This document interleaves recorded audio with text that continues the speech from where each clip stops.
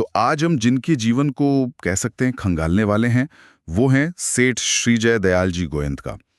हमारे पास जो स्रोत हैं वो एक बड़ी दिलचस्प शख्सियत की तस्वीर बनाते हैं। दिलचस्प इसलिए क्योंकि इसमें दो दुनिया एक साथ मिलती हैं।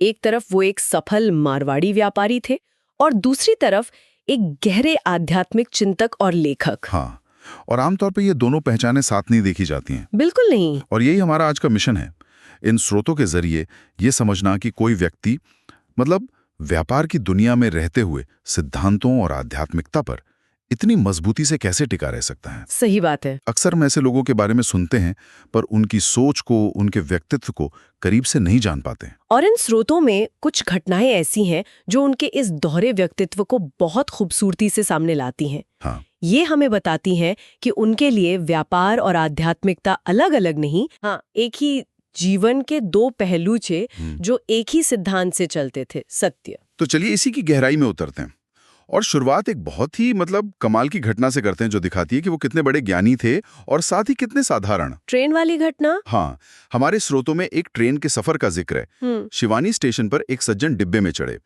और देखा कि वहाँ एक आम से दिखने वाले मारवाड़ी सज्जन बैठे हैं। मतलब उनकी वेशभूषा, उनकी मारवाड़ी मिश्रित हिंदी, सब कुछ इतना साधारण कि किसी का भी ध्यान ना जाए। बिल्कुल। वो सज्जन कुछ देर उन्हें देखते रहे। हाँ। फिर उनके मन में आया कि चलो इनसे कुछ आध्यात्मिक विषयों पर बात की जाए। हाँ। उन्होंने कुछ गहरे सवाल पूछे और उन मारवाड़ी सज्जन ने जो जवाब दिए, हाँ, उन्हें सुनकर वो तो दंग रह गए होंगे। हाँ, जवाब इतने सधे हुए और गहरे थे कि उन्हें यकीन हो गया कि ये कोई आम इंसान नहीं है। और वो इतने प्रभावित हुए, इतने इम्प्रेस्ड हुए कि उन्होंने उन मारवाड़ी सज्जन से अनुरोध किया कि आप अपने विचार मेरे लिए कागज पर लिख दीजिए। नहीं रहा होगा, जाहिर है, क्योंकि लिखने वाले कोई और नहीं बल्कि वही श्री जयदयाल जी गोयंदका थे जिनके गूढ़ आध्यात्मिक लेख वो अक्सर पढ़ा करते थे। सोचिए, उस व्यक्ति ने अपने मन में लेखक की कैसी भव्य और प्रकांड विद्वान वाली छवि बना रखी होगी और असलियत में वो उनके सामने एक सामान्य व्यापारी की तरह बैठे थे। यही बात तो कमाल की है। आज के पर्सनल ब्रांडिंग के युग से ये कितना अलग है, जहां लोग अपने ज्ञान का दिखावा करते हैं। और वो इतना बड़ा लेखक होते हुए भी इतने सहज थे कि कोई उन्हें पहचान भी नहीं पाया। ये सिर्फ विनम्रता नहीं है, नहीं, ये शायद इस बात का सबूत है कि वो अपनी पहचान अपने ज्ञान से नहीं बल्कि अपने कर्म से जोड़ते थे। आपने बहुत अच्छी बात कही। उनके लिए ज्ञान कोई ओढ़ने वाली चादर नहीं थी, बल्कि जीने का तरीका था। जीने का तरीका था। और यही उनके पूरे जीवन में दिखाई देता है, जिसकी शुरुआत उनके बचपन के संस्कारों से ही हो गई थी। बिल्कुल। तो ट्रेन की ये घटना तो उनके जीवन के बाद के दौर की है, लेकिन क्या सिद्धांतों पर इतनी मजबूती से टिके रहने की आदत उनमें बचपन से ही थी? बिल्कुल। स्रोत हमें उनके शुरुआती जीवन के बारे में भी बताते हैं। उनका जन्म हुआ था विक्रम संवत 1942 में, यानी अगर हम आज के कैलेंडर के हिसाब से देखें तो ये साल 1885 की बात है। अच्छा। उनकी माता का नाम श्रीमती शोभीबाई और पिता का नाम श्री खूबचंद जी था। लेकिन उनके व्यक्तित्व पर जो सबसे गहरा असर पड़ा वो शायद उनके दादाजी श्री सालाराम जी गोयंदका का था। हाँ, उनके बारे में लिखा है कि वो बहुत बड़े भक्त थे। रोज 108 माला हरे राम मंत्र का जाप करते थे। और एक खास बात, वो गीता जी की पोथी वाली बात? जी हाँ, उन्होंने अपने हाथ से गीता जी की एक पोथी लिखी हुई थी जिसे वो बहुत संभाल कर रखते थे। ये उस माहौल को दिखाता है जिसमें वो पले बड़े, जहां भक्ति और आध्यात्मिकता रोजमर्रा की जिंदगी का हिस्सा थी। हाँ, कोई अलग से करने वाली चीज नहीं। और इसी माहौल का असर हमें श्री जयदयाल जी के बचपन के एक नियम में दिखता है। वो रोज रात में मंदिर में शयन आरती के लिए जाते थे। और सिर्फ इतना ही नहीं, जो बात मुझे सबसे ज्यादा छू गई वो ये है कि आरती के बाद वो घर सीधे नहीं आते थे। रास्ते में शमशान भूमि पड़ती थी, वहां वो रुककर देखते थे कि पशु पक्षियों के लिए जो पानी का कुंड है वो भरा है या नहीं। और अगर खाली होता तो उसे भरकर ही घर आते थे। छोटी सी बात है, लेकिन उनके पूरे दर्शन को समझा देती है। बिल्कुल।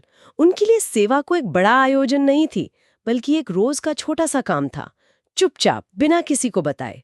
यही तो निस्वार्थ कर्म योग है जिसके बारे में गीता में लिखा है। और उन्होंने इसे बचपन में ही जीना शुरू कर दिया था। बिल्कुल। इन स्रोतों में उनके चरित्र की जो सबसे बड़ी पहचान उभर कर आती है वो थी सत्य और अपने सिद्धांतों के प्रति उनकी अटूट निष्ठा। वो दृढ़ प्रतिज्ञ थे और शौचाचार का बहुत ध्यान रखते थे। और ये शौचाचार शब्द आज के समय में थोड़ा समझाने की जरूरत है। ये सिर्फ बाहरी साफ सफाई या पवित्रता नहीं है। सही कहा। जब हम शौचाचार की बात करते हैं तो ये सिर्फ हाथ धोने तक सीमित नहीं था, है ना? उनके लिए इसका क्या मतलब था? बिल्कुल नहीं। उनके लिए ये एक मानसिक और आध्यात्मिक शुद्धि थी। बाहरी चीजों की पवित्रता उनके मन की पवित्रता का प्रतीक थी। वो मानते थे कि अगर बाहर कोई अशुद्धि है तो वो मन पर भी असर डालेगी। और इसी सोच का एक बहुत ही मजबूत उदाहरण बारासात की एक घटना है। हाँ, वो चमड़े के नलके वाली। अविश्वसनीय है वो। बताया गया है कि वहां उन्होंने गलती से चमड़े के नलके से पानी छू लिया। बस इतनी सी बात पर उन्होंने उस दिन खाना ही नहीं खाया। और उनके भाइयों ने बहुत समझाया, यहाँ तक कि जाति से बाहर कर दिए जाने का डर भी दिखाया, पर वो टस से मस नहीं हुए। ये आज हमें बहुत कठोर लग सकता है। लग सकता है, लेकिन उनके नजरिए से देखें तो ये उनके आंतरिक सिद्धांत का उल्लंघन था। उनके लिए वो चमड़े का नल सिर्फ एक बाहरी चीज नहीं था, वो उनके अपने सत्य और नियम के साथ एक समझौता होता जो उन्हें मंजूर नहीं था। बिल्कुल। ये उनके संकल्प की शक्ति को दिखाता है। संकल्प की शक्ति और सत्य पर विश्वास। इसी से जुड़ी एक और कहानी है जो मुझे तो सबसे ज्यादा हैरान करती है। घी वाली घटना। हाँ, वो पराये धन से इतनी घृणा करते थे कि उन्हें विश्वास था कि ईमानदारी की कमाई का कभी नुकसान हो ही नहीं सकता। वो वाकई उनके पूरे विश्व दृष्टिकोण को सामने रखती है। एक मिनट, ये बात आज के समय में किसी को भी बहुत अजीब लगेगी। मतलब घर में कुत्ता घुसकर घी खा गया और उन्होंने इसका सीधा कनेक्शन अपनी कमाई की पवित्रता से जोड़ लिया। ये सोच आई कहां से? ये एक शानदार सवाल है, क्योंकि ये सिर्फ ईमानदारी की बात नहीं है, ये एक तरह का कर्म का भौतिक विज्ञान है, कह सकते हैं। अच्छा। उनके लिए दुनिया के नियम इतने पक्के थे कि अगर कारण शुद्ध है, यानी कमाई सत्य की है, तो उसका नतीजा भी हमेशा शुद्ध ही होगा। एक कुत्ते का घी खा जाना उनके लिए वैसा ही था जैसे गुरुत्वाकर्षण का नियम अचानक काम करना बंद कर दे। मतलब एक असंभव घटना थी उनके लिए। हाँ, ये कोई संयोग नहीं था, बल्कि एक संकेत था कि सिस्टम में कहीं कोई गड़बड़ हुई है। और उन्हें तुरंत विश्वास हो गया कि जरूर हमारे घर में किसी दूसरे का हक आ गया है, चाहे अनजाने में ही सही। वरना ऐसा अनर्थ हो ही नहीं सकता। उन्होंने तुरंत अपने सारे हिसाब किताब की जांच करवाई। और जांच में जो निकला वो तो और भी ज्यादा हैरान करने वाला है। पता चला कि भूल से उन्होंने आने के मूंग तौलने वाले से कुछ मूंग ज्यादा ले लिए थे। और जब हिसाब लगाया गया तो जितने मूल्य का घी कुत्ता खा गया था, ठीक उतनी ही मूल्य के वो मूंग थे। ये अविश्वसनीय है। सच में ये उनके विश्वास की दृढ़ता को दिखाता है। उनके लिए दुनिया एक नैतिक समीकरण पर चलती थी, जहां हर क्रिया की सटीक प्रतिक्रिया होती है। आज की दुनिया में जहां लोग बड़े बड़े घोटालों को नजरअंदाज कर देते हैं, वहां एक व्यक्ति घी की एक हांडी को अपनी आत्मा का आईना मान रहा था। ये सोच ही अलग स्तर की है, और ये सत्य का भाव उनमें बचपन से ही था। एक और किस्सा है, जब वो करीब 6 साल के थे और अपने ननिहाल रतनगढ़ गए थे। हाँ, उनके नाना जी रुपए गिनकर रख रहे थे। और इन्होंने बच्चे होने के नाते कुछ पैसे उठाए और दूसरे बच्चों में बांट दिए। जब नाना जी को पैसे कम लगे तो उन्होंने बच्चों से पूछा। उन्होंने मजाक में इनसे कहा, अगर मैं तुम्हें मारूं नहीं तो क्या तुम सच बताओगे? और उस छोटे से बच्चे ने बिना डरे सच सच बता दिया कि पैसे उसी ने लेकर बांटे हैं। ये दिखाता है कि सच बोलना उनके स्वभाव का हिस्सा था, कोई सिखाई हुई आदत नहीं। और ये स्वभाव तब भी नहीं बदला जब उन पर जिम्मेदारियां आईं। उनकी शिक्षा बहुत साधारण हुई थी। उन दिनों की प्रथा के अनुसार उनका बाल विवाह भी लगभग 13 वर्ष की आयु में हो गया। और जब वो सिर्फ 12 साल के थे तभी उनके पिता का देहांत हो गया। इतनी कम उम्र में पिता का साया उठ जाना। जाहिर है परिवार पर जिम्मेदारियां आ गई होंगी। हाँ, लगभग 16 साल की उम्र से ही उन्होंने व्यापार का काम देखना शुरू कर दिया। और वो दौर मुश्किलों भरा था। परिवार पर आर्थिक संकट भी आया। उनकी नकद पूंजी लगभग डूब गई थी। ऐसे में उनके एक मित्र हनुमान दास गोयनका ने मदद के लिए एक डिब्बा लाकर दिया। शायद उसमें कुछ कीमती सामान या रुपए रहे होंगे। हाँ, लेकिन यहाँ उनके चरित्र का एक और पहलू सामने आता है, अपरिग्रह, यानी जरूरत से ज्यादा जमा न करना। बताया गया है कि वो डिब्बा आज भी उनके घर में ज्यों का त्यों पड़ा है। उन्होंने उसे कभी इस्तेमाल नहीं किया? कभी नहीं। ये दिखाता है कि वो मदद लेने के खिलाफ नहीं थे, लेकिन वो निर्भरता के खिलाफ थे। उन्होंने अपनी मेहनत और सिद्धांतों के बल पर ही अपना रास्ता बनाया। वो संकट में थे, लेकिन उन्होंने अपने आत्मसम्मान से समझौता नहीं किया। बिल्कुल। उनके व्यक्तित्व की इन परतों को देखकर लगता है कि इसकी जड़ें काफी गहरी थीं, जो उनके परिवार से, खासकर उनके दादाजी से उन्हें मिली थी। बिल्कुल। उनके दादाजी श्री सालाराम जी का जीवन भी बड़ा अनोखा था।